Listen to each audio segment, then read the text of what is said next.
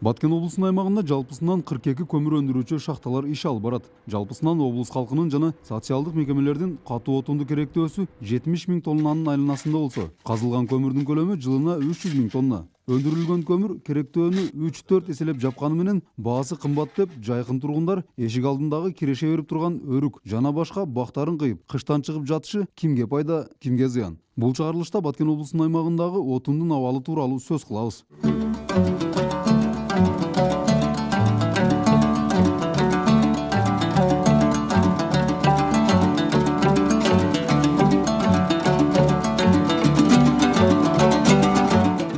Баткен район Кыштут айылынын тургуну Кеңеш мырза кыш түшкөндөн күн жылыганга чейин жок дегенде 3-4 түп мөмө берип турган өрүк багын кыйып отунга пайдаланат. Антпесем айламжок дейт. Көмүр да өлкөнүн башка аймактарына салыштырмалуу Баткенде жогору баада сатылат. Жалаң электр энергиясын пайдаланууда капчыкка оор. Биздин каарман сыяктуулар аймакта 1 же 2 киши деп айтуу кыйын. Анткени ушундай эле көрүнүш дээрлик бардык айылдарда бар. Азыраак көмүр сатып алып, ага кошумча кылымдап жашаган өрүктөрдү кыйып, тал теректер менен кыштын ызгаарын кайтаргандар көп эле кездешет. Ушул отун аралап атабыз да. Өзү 4-5 ай кыш болот бу жерде. Анан көмүргө ара кирет деп ушул өрүктөрүбүздү өзүбүз тиккен өрүктөрдөн кесебиз, анан эски өрүктөрүбүз болот, олордон кошобуз. Талпал аралаштырып жагабыз да. Көмүргө кичине ара кирсин деп. Көмүрдүн өзүн жаксаң дагы кымбатыраак болуп калат. Анан электр энергиясы кымбат азыр эми. Бул катта үйлөрдү электр менен ысытышам кыйын да бардыгын. Ушу печке курабыз дагы аралаштырып көмүргө ушуну жагабыз. Аймакта эң эле өрүк бактарынын көптүгү боюнча Дара айыл аймагы алдыда турат. Ошол эле учурда улам өрүк бактарын кыйып жаткан аймакта ушул эле.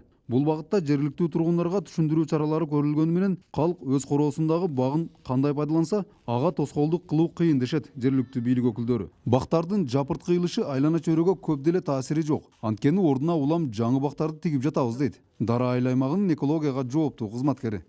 Экологиялык таасирин тийгизилбейт деп айтылганга болот. Себеби экологиялык көз караш боюнча мына бүгүнкү күндө мисалы сиздерге жеткен маалыматтар боюнча кыйылган бак дарактарды атасыздар.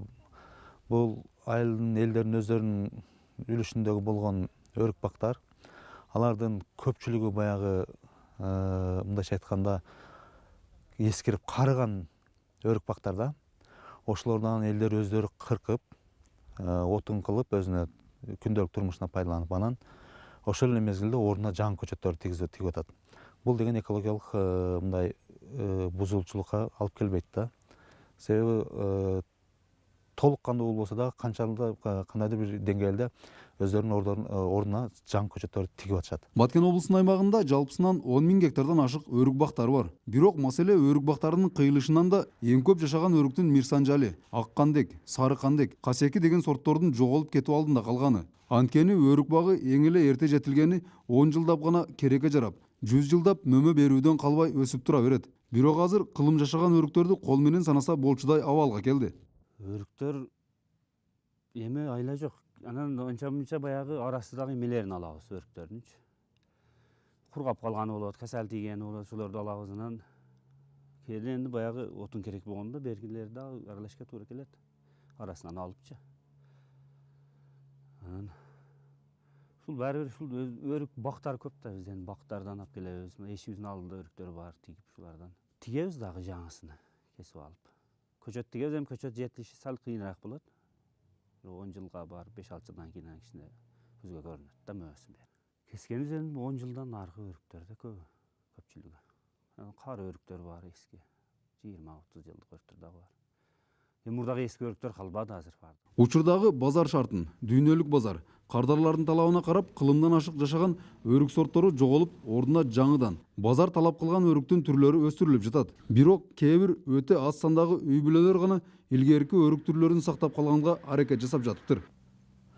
Азыр эми баягы мындайча айтканда рыноктук шартта бүгүнкү күндө биздин өрүктөрдүн көпчүлүгү мисалы чет жакка чыкканда абрикос өрүктөр талап кылынып атат да. Ошондуктан элдин көпчүлүгү ушул абрикос өрүктөргө басым жасап атат. Анан негизи мындай элдерге түшүндүрүп, баягы эски сиз айткандай баягы Мирсанжали деген ушундай эски баягы эмелерди сактап калуу боюнча элдерге түшүндүрүп айтыш керек. бирок ал эми аз деңгээлде тигилип атат да. Ал эми баягы күндөлүк өздөрүнүн жегениге ошондой баягындай эмеге кылып атат. Негизги сыртка чыгарыш үчүн деп ошол абрикос өрүктөрүнө басым жасап ошол өрүктөрдү кайра ордуна тигип атышат. Калкты катуу отун же көмүр менен камсыздоо үчүн аймактагы көмүр шахталары жетиштүү. Керектөөнү 3-4 эселеп ашыгы менен камсыздоого мүмкүнчүлүк бар. Жалпы 42 шахтанын өндүргөн көмүрү кайда кетип жатат деген суроо жаралышы мүмкүн. Албетте экспортко, экономикага болсо пайдасы балким бардыр. Бирок экологияга ачы деген суроо ачык калып жатат. Облустук акимчиликтен өндүрүшү аз Баткен облусу үчүн көмүр шахталарынын пайдасы аз эмес экенин, 2016 жыл ичинде эле дагы 4 көмүр шахтасы жаңыдан ачылганын айтышат. Баткен областында негизинен сүлүктө зоналарда 36 шахта бүгүнкү күндө иштеп атат. Баткен районунда 6 жакын 43 көмүр ишканаларыбыз бар. Алар тарабынан 2016 жыл жыйынтыгы менен 294 миң тонна көмүр көп өндүрдүк. Мурдагы жылга салыштырмалуу 43 миң тонна көмүргө көп болду. Ал эми алар тарабынан 404 миллион сомдук көмүр өндүрүлдү. Булар областтын өнөр жай өсүү темпинин 8%-ни түзөттү. Сүлүктө шаарында 4 жаңы ишканалар, көмүр өндүрүүчү ишканалар ачылды. Алар тарабынан жакын 10 миллион сомго жакын продукция өндүрүлдү. Областтын өсүү темпини 1%ке жогорулатылды. Дээрлик 100 жылдан бери иштеп жаткан Сүлүктүү шаарындагы көмүр шахталарынын продукциялары сапаты жогору болгондон баасы да кымбат болуп, Кыргызстандын түштүк аймагына тарайт. Ал эле эмес Тажикстанга да тынымсыз экспорттолуп турат. Бизге болгону билим берүү тармагында 12 миң тонна көмүр керектелет.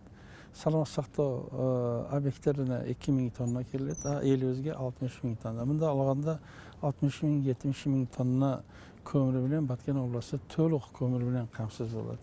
Айлама калган 150 миң тонна биз экспортко, андан тышкары өзлөрүнүн көрүп аткан бул жагы сүлүктөрдүн көмүрү көпүнчө бул азык-түлүк продукцияларын иштетүүгө, навайларга, ошондуктан жакшы калориясы жогору болгондуктан Ош, Жалалабад, андан тышкары Тажик Республикасына дагы экспорттолот. Бул аймакта көмүр жер астынан казылгандыктан Сүлүктүү шаарынын калкы өткөн жылдары кооптонуп, нааразычылыкка чыккан учурлар да болгон. Ал эми шахталардын айлана чөйрөгө, экологиялык талаптарга тийгизген таасири жана коопсуздугун көзөмөлдөөчү кызматтар ар кайсыл убакта дароо эле текшерүү жүргүзө берүүгө мыйзам талаптары жол бербейт. Ошондон уламбы 2016 жыл ичинде көмүр шахталарында 8 киши каза болгон. Кээ бир учурда жер кыртыштарын бузуп, бирок аны калыбына келтирүүгө көмүрдөн пайда таап жаткан мекемелерден каражат бөлүнүп, аракеттер жүргүзүлбөй кала берүүдө.